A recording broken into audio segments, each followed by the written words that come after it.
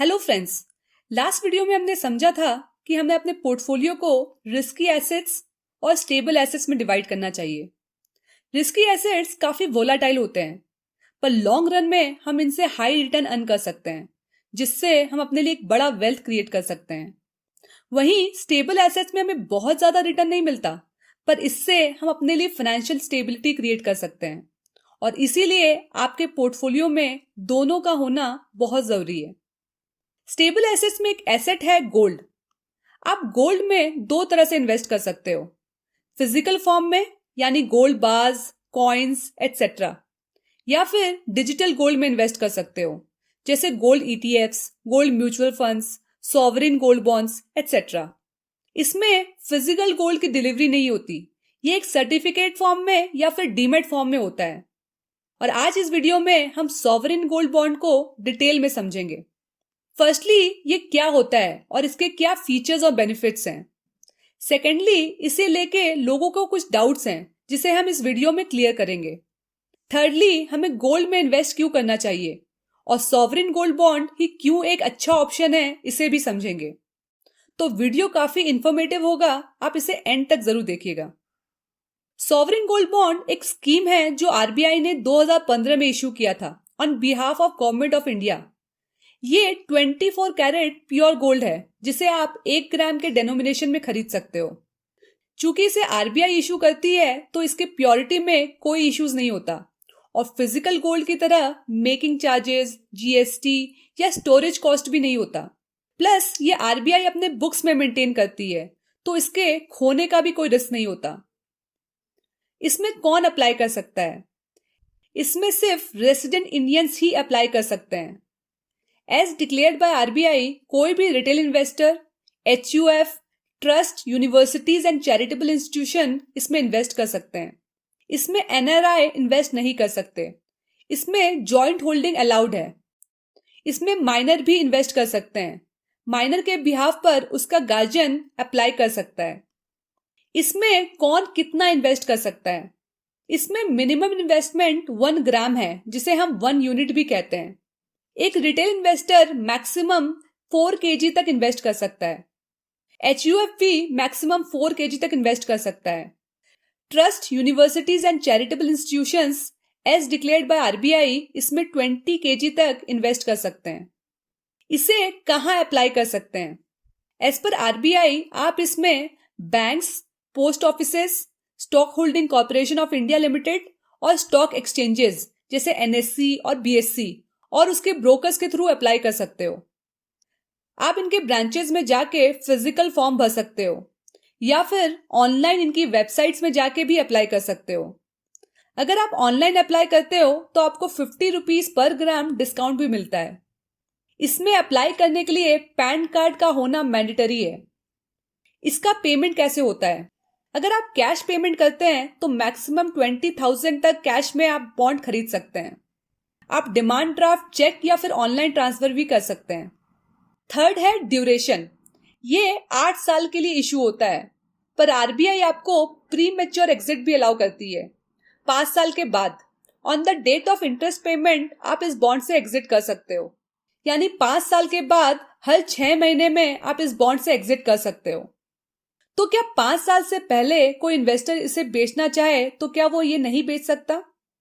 बिल्कुल बेच सकता है। इसे हम कुछ देर में डिटेल में समझेंगे। गोल्ड का रिडेम्पशन प्राइस कैसे डिसाइड होता है? जिस वीक रिडेम्पशन होता है या फिर प्री मैच्योर रिडेम्पशन होता है, उस वीक के पहले लास्ट 3 बिजनेस डेज के क्लोजिंग प्राइस का एवरेज को कंसिडर किया जाता है, और ये price Indian Boolean and jewellers association limited determine करती है। आरबीआई किस फॉर्म में बॉन्ड इशू करती है? ये एक सर्टिफिकेट फॉर्म में इशू होता है, पर आप इसे डीमेट फॉर्म में भी इशू करा सकते हो। इसके लिए जब आप एप्लीकेशन फॉर्म भरोगे तो उस समय आप डीमेट के लिए रिक्वेस्ट सबमिट कर सकते हो, और अगर लेट्स से आपने एप्लीकेशन के टाइम डीमेट रिक्वेस्ट नहीं किया तो आप बाद में भी इसे डीमेट फॉर्म में कन्वर्ट कर सकते हो। अब समझते हैं इसके क्या बेनिफिट्स हैं। पहला है, आपको यहां से फिक्स्ड 2.5% का एनुअल इंटरेस्ट मिलता है, जो आरबीआई हर 6 महीने में आपके बैंक अकाउंट में क्रेडिट करती है। फॉर एग्जाम्पल, अगर आपने 10 यूनिट्स खरीदा है जिसका इशू प्राइस है 5000 पर यूनिट, तो आपको 2.5% के हिसाब से 1250 रुपए एज इंटरेस्ट आएगा हर साल फॉर 8 ईयर्स। और ये इंटरेस्ट आपको आरबीआई सेमी एनुअली पे करेगी, यानी 625 रुपए हर 6 महीने में। वहीं अगर आपने कोई फिजिकल गोल्ड में इन्वेस्ट किया होता तो आपको कोई भी फिक्स्ड इनकम नहीं आता। ये एक बहुत अच्छा इनिशिएटिव है गवर्नमेंट ऑफ इंडिया का to create regular income from gold investment. सिर्फ यही नहीं, इसका दूसरा बेनिफिट है कैपिटल गेन, यानी गोल्ड में होने वाले एप्रिसिएशन का भी आपको बेनिफिट मिलता है। फॉर एग्जाम्पल, आपने 10 यूनिट गोल्ड खरीदा एट द रेट ऑफ 5000 पर यूनिट। लेट्स से 8 साल बाद on the date of redemption जब आप इसे बेचोगे, उस समय जो भी गोल्ड का मार्केट प्राइस होगा उस रेट पे आरबीआई आपसे गोल्ड वापस खरीद लेगी। मान लेते हैं उस समय गोल्ड का प्राइस बढ़ के 7000 पर यूनिट हो जाता है, तो आपका टोटल कैपिटल गेन होगा 20,000। अब समझते हैं टैक्सेशन पार्ट। सबसे पहले 2.5% का जो इंटरेस्ट है वो टैक्सेबल है as per your current tax slab, यानी अगर आप 30% टैक्स ब्रैकेट में आते हो तो आपको इस पे 30% टैक्स भरना पड़ेगा। इस इंटरेस्ट पे कोई टीडीएस नहीं कटता। दूसरा है कैपिटल गेन टैक्स।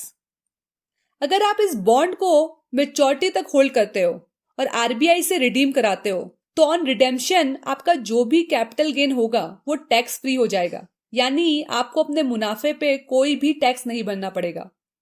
पर अगर आप इसे मैच्योर होने से पहले ही रिडीम कर लेते हो तो उस पे कैपिटल गेन टैक्स लगेगा। 3 साल के बाद रिडेम्पशन पे long term capital gain tax लगेगा, which is 20% with indexation benefit और 10% विदाउट इंडेक्सेशन बेनिफिट। और अगर आप 3 साल से पहले रिडीम करते हो तो short term capital gain tax लगेगा, which will be as per your current tax slab. अब आपके मन में क्वेश्चन आया होगा कि जब आरबीआई सिर्फ 5 साल के बाद ही प्रीमेच्योर रिडेम्पशन अलाउ करती है, तो short term capital gain tax कैसे एप्लीकेबल होगा? तो अब ये सारे डाउट्स जो आपके मन में हैं उसे दूर करते हैं। सॉवरेन गोल्ड खरीदने के एक नहीं 2 तरीके हैं। पहला, जैसे हमने अभी समझा, जब आरबीआई फ्रेश बॉन्ड इशू करती है तो आप प्राइमरी इशू में आरबीआई से इसे खरीद सकते हो। आरबीआई हर साल फ्रेश सब्सक्रिप्शन इशू करती है इन ट्रांचेस, जो हर 2-3 महीने के इंटरवल में आता है। आरबीआई का लास्ट इशू था मार्च 2023 में और अब नेक्स्ट सब्सक्रिप्शन अनाउंस हुआ है 22 अगस्त से 26 अगस्त तक। आप इसमें अप्लाई कर सकते हो। दूसरा ऑप्शन है सेकेंडरी मार्केट। जब बॉन्ड फ्रेश इशू होते हैं तो उसके बाद वो सेकेंडरी मार्केट में लिस्ट हो जाते हैं और सेकेंडरी मार्केट्स में आप एनएससी और बीएससी या फिर किसी ऑनलाइन ब्रोकर जैसे ज़ीरोधा से भी ये बॉन्ड खरीद सकते हो। सेकेंडरी मार्केट में ये बॉन्ड्स ट्रेड होते हैं। पहला डाउट है कि अगर मैंने आरबीआई का प्राइमरी इशू मिस कर दिया तो मैं कैसे इस बॉन्ड को बाय कर सकता हूं? तो आंसर है you can by this bond from secondary market. Next doubt है कि अगर मुझे 5 साल से पहले इस बॉन्ड से एग्जिट होना है तो क्या मैं ऐसा कर सकता हूं? जी हाँ, आप बिल्कुल कर सकते हो। यू कैन बाय और sell this bond any time in the secondary market. जब आप इसे 3 साल से पहले ही सेकेंडरी मार्केट में सेल कर देते हो और आपको कैपिटल गेन होता है तो उस पे आपको short term capital gain tax भरना पड़ेगा। और अगर 5 साल के बाद और बिफोर मैच्योरिटी सेल करते हो तो long term capital gain tax भरना पड़ेगा। होप आपको ये दोनों पॉइंट्स अच्छे से क्लियर हो गए होंगे। अब आता है नेक्स्ट डाउट कि सेकेंडरी मार्केट में क्या ये मार्केट प्राइस पे ट्रेड होते हैं? तो आंसर है नो। सेकेंडरी मार्केट में बॉन्ड्स ट्रेड प्राइस पे ट्रेड होते हैं, जो बॉन्ड के सप्लाई और डिमांड के बेसिस पे डिसाइड होता है। ये करंट बॉन्ड्स हैं जो अभी ट्रेड हो रहे हैं। आप देख सकते हो कि इसका ट्रेड वॉल्यूम बहुत ही कम है। इसके कारण आपको बहुत बार बॉन्ड डिस्काउंट पे भी मिल जाते हैं। फॉर एग्जाम्पल, अगर कोई सॉवरेन गोल्ड बॉन्ड 5000 में इशू हुआ था, वो आज सेकेंडरी मार्केट में 4800 में ट्रेड हो रहा है। इसका मतलब है वो 4% डिस्काउंट में मिल रहा है। तो नेक्स्ट डाउट है कि क्या हमें ये डिस्काउंट में मिलने वाले बॉन्ड्स खरीद लेने चाहिए? लेट्स से आपने एक बॉन्ड सेकेंडरी मार्केट से खरीदा जिसका इशू प्राइस 5000 पर यूनिट था और आपको ये 4800 पर यूनिट ट्रेडिंग प्राइस पे मिल रहा है और इसको मैच्योर होने पे अभी 4 साल बाकी हैं।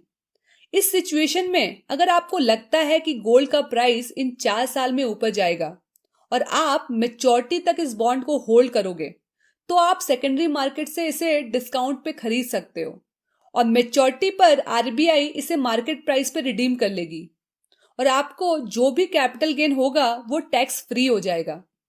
तो ये एक बहुत अच्छी अपॉर्चुनिटी है to buy low from secondary market and sell high to RBI and make your capital gain tax free. पर अगर आप सिर्फ ट्रेडिंग करके प्रॉफिट बुक करना चाहते हो तो आपको ध्यान में रखना होगा कि इसका ट्रेड वॉल्यूम कैसा है, क्योंकि उसके बेसिस पे ही इसका ट्रेड प्राइस डिसाइड होगा। और दूसरा, आपका जो भी कैपिटल गेन होगा उस पे आपको टैक्स भी भरना पड़ेगा। होप आपको ये दोनों पॉइंट्स अच्छे से क्लियर हो गए होंगे। लोगों के ये भी डाउट होते हैं कि अगर मैं बॉन्ड सेकेंडरी मार्केट से खरीदता हूं तो क्या मुझे 2.5% इंटरेस्ट मिलेगा? तो आंसर है यस।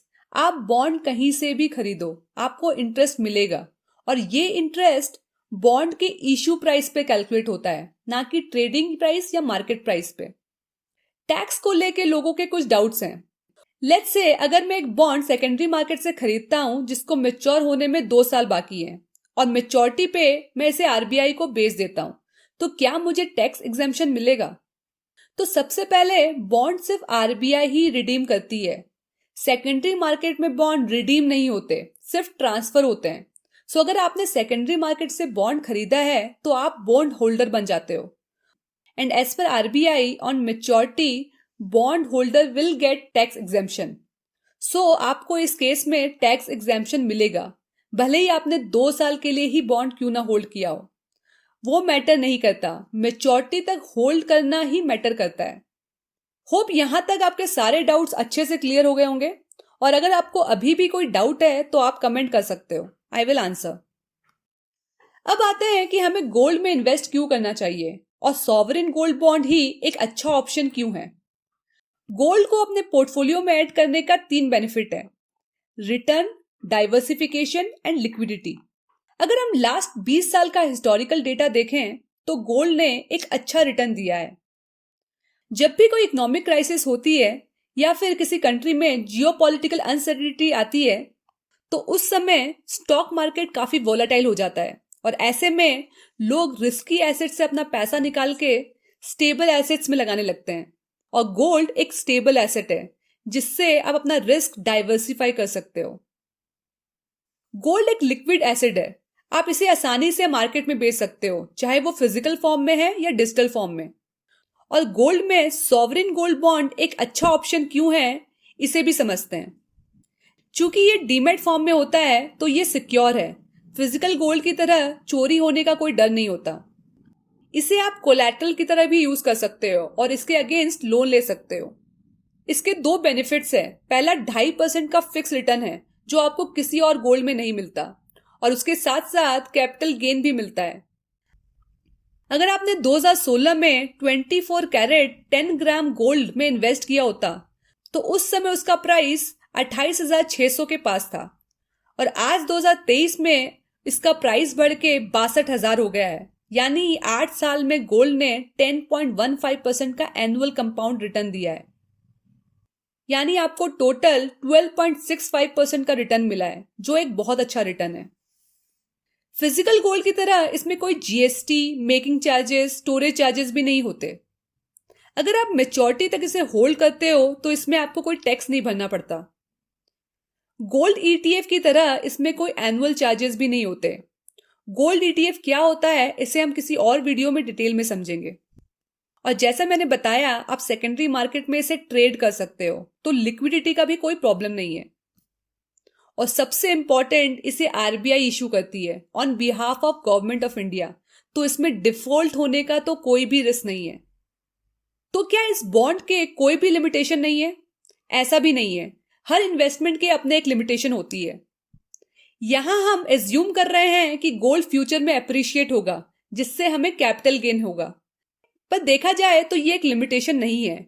गिवन गोल्ड एक प्रीशियस मेटल है और इसका डिमांड हमेशा रहेगा in the form of stable investments and in the form of consumption, जैसे कि गोल्ड ज्वेलरी जिसका डिमांड हर साल बढ़ रहा है। तो हम बोल सकते हैं कि फ्यूचर में लॉन्ग टर्म में गोल्ड का डिमांड बढ़ेगा जिससे उसका प्राइस भी अप्रिशिएट होगा। तो क्या आप इस गोल्ड बॉन्ड में इन्वेस्ट करोगे? कमेंट करके जरूर बताएं। होप इस वीडियो से आपको कुछ सीखने मिला होगा। लाइक करके जरूर बताएं। मिलते हैं नेक्स्ट वीडियो में। Take care.